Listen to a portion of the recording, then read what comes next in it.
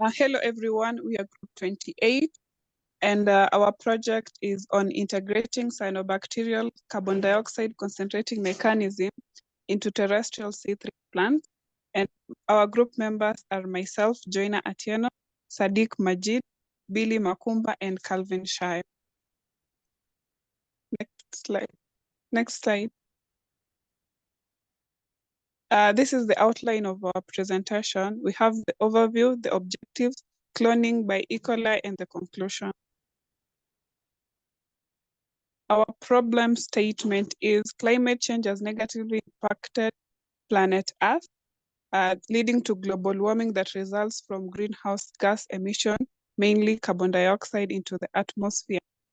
And our suggested solution is integrating cyanobacterial carbon concentrating mechanism into C3 plants chloroplast to increase CO2 uptake from the atmosphere, thereby enhancing photosynthesis and also mitigating climate change.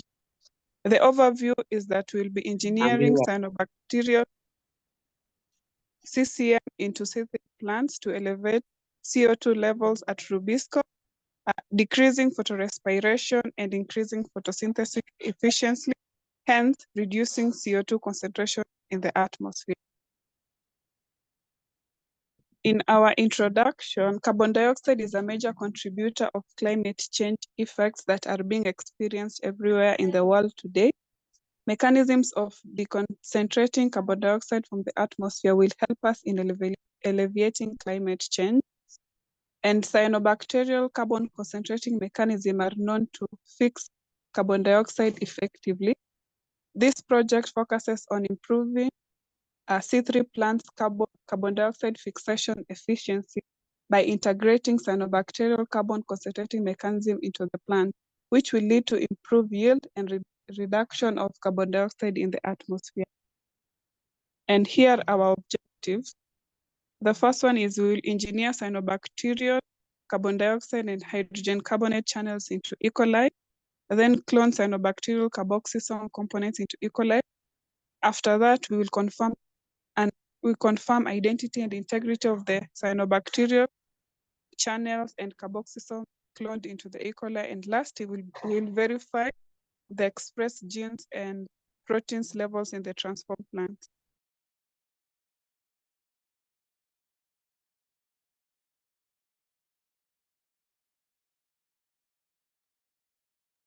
Billy. Thank you, Joyner. So next we will be doing the engineering process. And the first step will be identifying and isolating the cyanobacterial carbon dioxide concentrating mechanism genes, and that include two aspects. The CI transporters, which include these BIC-A and SBT-A genes, and the carboxysome components genes, which include all this. Thereafter, we will clone them into E. coli by extracting them and then amplifying, then cloning them using the PGMT vector. Then we sequence to see that the cloned genes are identified and the integrity is in place. Then there would be construction of expression vectors for plant transformation, and it would encompass all this, selecting of a promoter, optimizing the codon,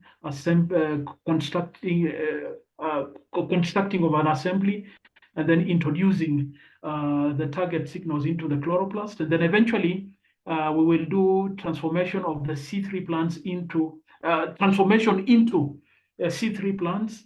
And here we will infuse what would have been incorporated into the E. coli cell with a gold nanoparticle, and then inject the whole thing into the chloroplast of the C3 plant, and we've chosen banana. And then there would be need to eliminate the resident carbonic anhydrase in the stroma of the banana plant cells. And then we will build a functional channel here also in the thylakoid of the banana plant. And then eventually we will use the tissue culture techniques to be able to confirm the gene integration in the banana using southern blotting and western blotting as well, together with reverse transcriptase, to be able to find out the proteins, the activity of the proteins within the plant. Now here, the first step in a little more detail, they will be identifying and isolating the CCM, Cyanobacterial CCM genes. We have got this gene, and we will be extracting it from a known species of Cyanobacteria, Cyanocystis species, where we have been able to get the genes from the NCBI bank. It's a protein, and I really don't need to go into that. These are the bicarbonate transporters, that, and these are the gene identities in the NCBI. And then these are the carboxysome components from the same species. They are all here, the genes are all here with their functions. And I think from this point, my colleague will be able to take over. Sadic.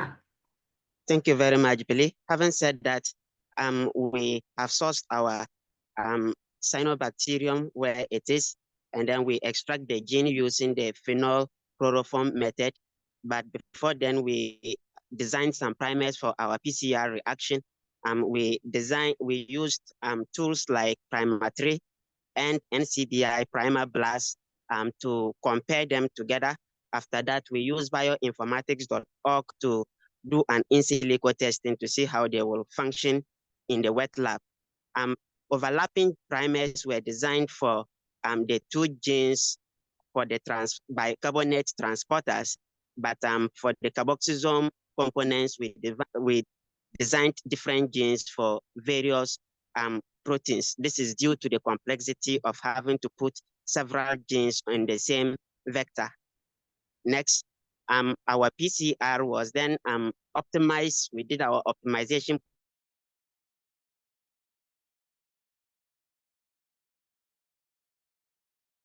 protocol, and we ran our PCR.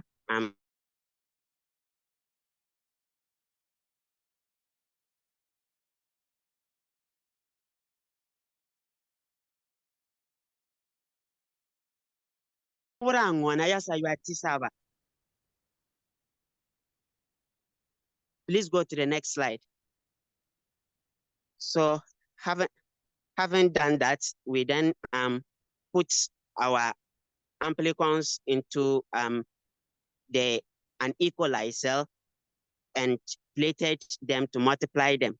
From there, we then inserted these E. coli genes. After further amplification of the gene, we used the pGMT vector to clone this those particular genes.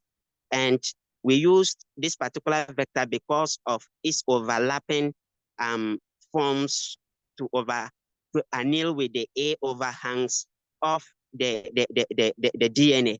So from there, they were then plated and screened for the cells on BT, LB agar, and then we then screened them using an antibiotic marker after the culture. Next. After the culture, after selecting for those markers, we had to confirm the identity and integrity of the cloned genes. The plasmids DNA were extracted again overnight with overnight cultures using a plasmid mini kit.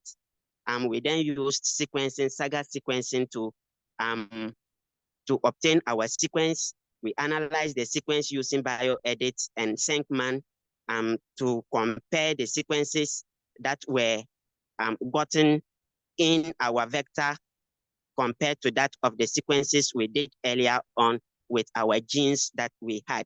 So the sequences were aligned using cluster W that can be found in NCBI blast tools.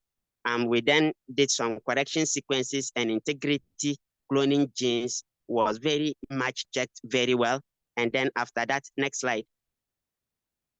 After that, we constructed the express vectors with a promoter, a plant promoter, as indicated there, and with a selectable marker.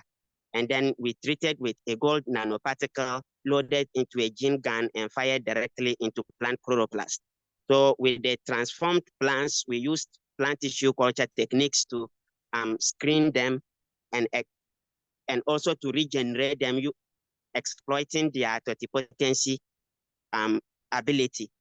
In screening to make sure that our transgenes were in our transplants, we used real-time PCR to monitor the genes with primers, and then we did Southern blots to make sure that our proteins were properly integrated into chloroplast membrane.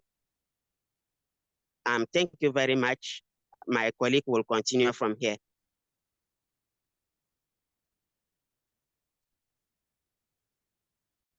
Calvin? Billy, I think you should take over. Yeah, so then after the engineering process, it's good for us to talk about the advantages of this particular technology, synthetic biology. We have got enhanced photosynthesis, since more carbon dioxide eventually will be absorbed by plants using this technology. And that would also lead to increased crop yield due to increased substrate CO2 assimilation. And the other thing about the technology here is that no anatomical changes would be experienced if we incorporate the CCM, cyanobacterial CCM, since it does not require any structural modification to the leaf, and that at the end of the day, we would have reduced carbon dioxide concentration in the atmosphere. However, there are some disadvantages because the integration of cyanobacterial CCM's carbon dioxide concentrating mechanisms into plants involve multiple phases, and that's quite time consuming, and generally that's an expensive affair. And then it's not known the long-term effects of the CCM integration. Maybe with time that can be able to be elucidated. Then the competing technology here, there have been attempts to modify this enzyme Rubisco within C3 plants for enhanced photosynthesis. However, this the technology that has been used has got some limitations, and there have also been attempts to integrate C4 plants carbon dioxide concentrating mechanisms into C3 plants. All right, although the transfer process of this particular one is quite complex. So these are the competing technologies that they are the first one where we are using Rubisco alone, and this other one where we are integrating all CCMs of C4. And then the biosafety issues involved, there is ideally public acceptance. How will the public accept this? So it's an issue that needs to be looked into. And then the introduced cyanobacterial genes could spread to wild type crops through pollination, and that is something which needs to be worked on. And ladies and gentlemen, these were the references that were used, and we wish to say thank you for listening to us.